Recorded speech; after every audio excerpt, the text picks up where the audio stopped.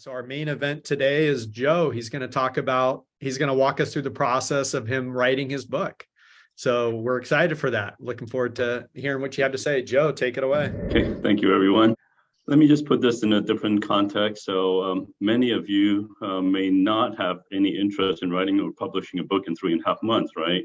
So 95% of the audience here, or, will probably draw an early conclusion that, well, I don't have the time, or why would I want to do that when I'm working full time? Well, me too, okay? In my 20s, I had nothing important to say. In my 30s, I'm busy trying to get my career started. In my 40s, I'm too busy with my wife, kids, soccer game, paying bills, family vacation. Then when I hit 50s and 58, something changed. 40 years after graduating from high school, and I'm still working. What am I to do for the rest of my life as an empty nester? And what are some memories or legacy I can leave to my son, daughter, and to the next generation with the vast amount of knowledge that I have accumulated? What will I be remembered for, or when I check out what matters? So I ask you, what matters to you today? What will matter to you in the future? Well, while sorting through all these thoughts from time to time, I attended a seminar on how to be a person of interest. The speaker says, if you want to be a person of interest, author a book. Then it dawned on me, it clicked. I was inspired. I need to author a book and tell my story. So 6 days later, on June 20th, 2022, I began my journey. I was never good with grammar. I didn't care. I graduated from USC with an engineering degree. I didn't know anything about literary work or publishing. I didn't care. I may have watched 2 videos on YouTube on how to draft a book, and then I began. Well, in the Chinese culture, if it's not going to be perfect, why write a book? So in taking a leap of faith to start and author a book was like going way past my comfort zone. So number one, my book is not a perfect masterpiece, and that's okay, right? So number 2 is my book is intended for teenagers, young adults, and entrepreneurs. It's a book that shows them what success habits, success patterns look like, and how to work hard instead of playing video games on government assistance after COVID. Number 3, as I was writing the first draft, I tell you, I had many limiting beliefs, negative self-talk and negative thoughts in my personal and my business life about my production, about mortgage rates, about hiring staff. I shouldn't do this because then there's a checklist that comes down, or I can't do this because there's no checklist that comes out. I would say things like, I'm not going to do YouTube or advertise myself because what would people think of me? My grammar is horrible. Why should I write? So to begin, I had to abandon a lot of my limitation beliefs in my mind first. Then I start to compartmentalize and debunk a lot of my personal and business negative thoughts. And by putting it into the book and then decluttering my mind, many things out of my mind. So as a result, I got rid of a lot of junk in my mind, and I'm totally much happier today, right? So I wrote about 5 events that shaped who I was, with around 3 subtopics per each. So I kept around 15 subtopics, and with a theme on how good habits was the source that had delivered my success. From day one, I knew that drafting this book was not about me. This would be a philanthropic project, because year after year, I saw how I donated to numerous charities. Then charities took in my money. They fed a lot of people this year. And guess what? They fed a lot more people next year. And then after that, they fed a lot more people the year after that. It didn't make sense to me that the purpose of any charities was to grow it larger next year and to grow it even larger the year after that. I asked myself, shouldn't the purpose of all charities be to be working themselves out of being a charity? Well, what's the end goal for all the charity organizations? There really isn't one. So a majority of them will never solve the volunteering shortage or financial donation shortage in the future. Why? Then I realized to reduce the sizes of all the charities one day, we need to build up the next generation that will be good, hard workers. We need to have more entrepreneurs. We need more profitable business owners to provide employment training to the job creators to hire more people in order to support our youth, our economy, and our social security system. Individually and charities are taking so much donation on one hand, and then on the other hand, they're collecting too much unemployment benefits from the government. Is there a solution? So with my insight, my passion, and my legacy in mind, I start writing 1 to 2 hours per night after work only. My first draft was complete in 30 days. I then attended an association meeting, and I asked one of my friends, Janine, if she knew of any realtors that does proofreading. And she said she does, and was happy to assist me with my endeavor as I go on vacation. So during my vacation, I was searching online to see who would be a good publisher.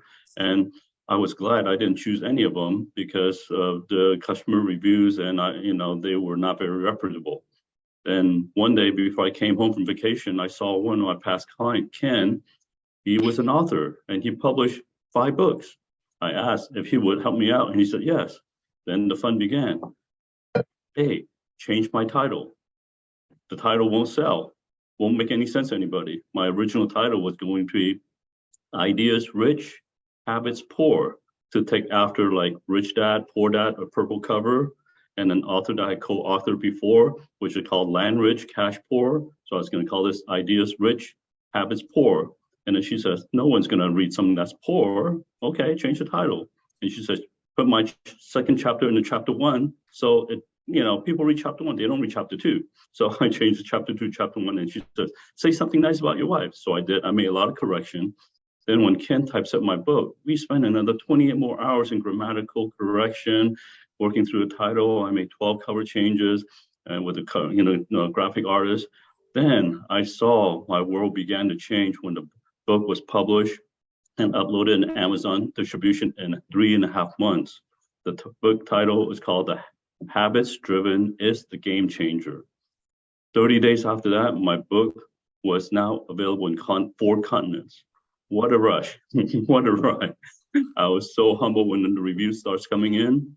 This was one of the most bold and audacious goals I have ever set. As my first step was accomplished, I then began donating my books to organizations with teen, single parents, and school, where I believe someone reading about habits may be strengthened and encouraged to set habits for themselves to a better path in life. So post-COVID, many kids don't know what transferable skills are required in this working world. They don't know how to work hard. Some people don't want to work because they receive government subsidies. And when they go back to work, they still don't know what is expected of them. What kind of new habits will be demanded of all employees by all employers? How did the prior generation work? What does working hard look like? What does doing work that's moral, ethical, and legal and leading our society to a better future look like? How do I become part of that cultural change? And I donate my book to court-appointed specialized adoption CASA, where kids are separated from their parents, Compassion Planet, where adopted teens go through a life skills on the job training program before entering real world.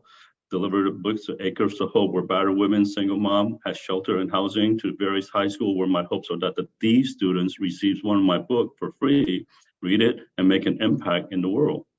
So each year, okay, our dollars can feed and shelter many families, I agree, but I wanted to be a part of the solution and to assist with ways to retraining kids, teens, single parents, re-engaging back to the workforce to reduce charity support wherever it can be reduced. So I feel fortunate I can be a small part in making this change. So next generation matters to many folks beyond myself. Just Google it. Just Google next generation matters, and you'll see in social media, many people have the same philosophy as part of being this group as well. So as I stop theorizing about my writing for a second, I can say that being in the banking world as a mortgage lender, the financial industry for the last 20 years, I am by far the happiest mortgage lender in my community. My mortgage rate went high, and when there were many banks being shut down, and loan officers getting laid off, and in that 3.5 months, I was able to start something from nothing. I was able to create and package my experience into a physical object, a book, and I was able to share my book, my ideas, and my inspiration to the next generation, from teenagers, single parents, foster parents, to the world. I have been so ecstatic. I'm honored and I'm blessed to be one of the ambassadors to encourage change. And I am in pure joy almost every day, because this is quite exhilarating feeling every day. It's a perpetual high I think I'm on. So just think about for yourself, okay? In a matter of 3 months, I automatically became a subject matter expert as a residential mortgage lender because I'm now a published author and I was told I'm now qualified to be a paid expert witness as well. But through this, I was able to gain notoriety in the publishing industry in just 3.5 months, when in financing industry, it takes years to receive any accolade. And after 4 years in the working world, I know that being a success from one industry to another industry in a very short time is possible. So if you're thinking about your age out as a senior citizen one day, or you're not able to do a certain thing, you are not age out. You can still do a lot, because even if you're 62, 72, or 82, by flip of a coin, you can gain notoriety. You can be a published author as well, and it doesn't take that much work. Trust me. Authoring this book has also given me a lot of additional perspective and intrinsic value as well. And you won't realize any of those until you kind of cross over your fears and your doubts. 3 examples. For many years, I tell my wife, dear, I will clean out the garage. It was not done. I would tell my wife, hey, I will take out the trash. I forget. She said, go dry the dishes. It's not done either. So, she remembers me as someone that never carries out a lot of things I say. And I'm always late. I'm always this or that. So showing my wife a copy of my book, and later after she read it, it was like full redemption. Wow, I just almost melt, from all the times I had failed my wife, and she never let me forget any one of them. And then from all the times I made promises to her and my promises were broken, this was like one of the most miraculous moments between my wife and I as I had reconnected. I felt like honor and respected. Another example would be like in high school, I ran track and field for like 4 years. I was never first, I was never second, I was never third. 4 years. Drafting this book was the shortest commitment of time to anything with the highest intrinsic value for me. And lastly, while my son will probably never acknowledge this, as he kept saying to me, Dad, you can't write a book in 30 days. That's not going to happen. And if it's going to happen, it's not going to be a good book. So why even bother? One day, my son, he will realize when he talks to many adults, a lot of adults will say, do as I say, not as I do. He will have seen firsthand as a teenager that me, as dad, I did what I said I would do, and I did it in front of him in 30 days. So this will be a moment that I believe he will come across, and to know that, hey, habits is manhood. And I would have just destroyed all his excuses, where most adults would just kind of not own up to what they say. He now has to make a difference whenever he says what he says. So those are some of the things that I'm kind of proud of. And so in summary, my first point, I was trying to capture was you can be an author of a book and publish it in 3.5 months. Second point was the next generation matters, especially teens, foster kids, single parents. Third point was being a self-published author will provide you success and acknowledgement in an industry very quickly. And fourth is you will have a high self-worth as a husband, as a father, or as a mother. So lastly, per chapter 2 of my book, you need to go through life trusting God. If you were just an animal living in the jungle, think about it. When a lion was inspired by the rainbow or an idea, what does a lion do? Does the lion stop, think about, and decide to do charity work in the jungle and stop killing? No, the lion will continue to be a lion. The lion will always hunt and will always kill. It will always be a lion. We are not animals. We are humans. We are human beings, and we are all created in the image of God. When we are inspired, we solve problems. We look for betterments of our friends, our family, our communities, and our nation. Because we have instinct, we have a compassionate heart. Because we can see beyond consequences of how bad choices will negatively shape us and shape our world. We always look for ways to improve our world and our community in order to avoid catastrophes. So one day, if tears roll down your eyes, or when a certain song was played and it brought back heartfelt happiness and joy or tears, that's your cue, like it was my cue when I was writing my book. Act on it and let that emotion lead you.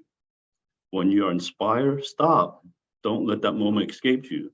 Let the tug inside you, to move you into action. Maybe it's to hug someone or make a friend or make a new connection or send a card bake some cookies, or do something to help another brother or sister without any expected return, or write a book.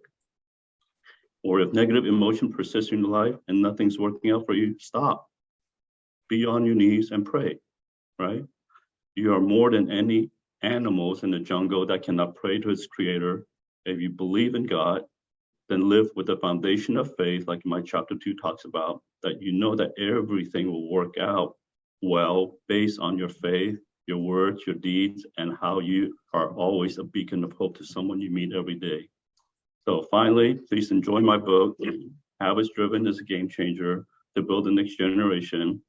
In it, I share my stories that will help everyone understand that habits are built in 20 minutes, 30 days, 90 days, or 3 years for most everyone, with vivid real life examples.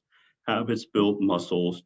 If you are the bottom rung of the ladder today, set a bold and audacious life-changing goal like I did. Apply the habits of working hard, studying hard, and being teachable. Surround yourself with folks who are above your ambition level, and success may just be right around the corner for you in due time. Thank you.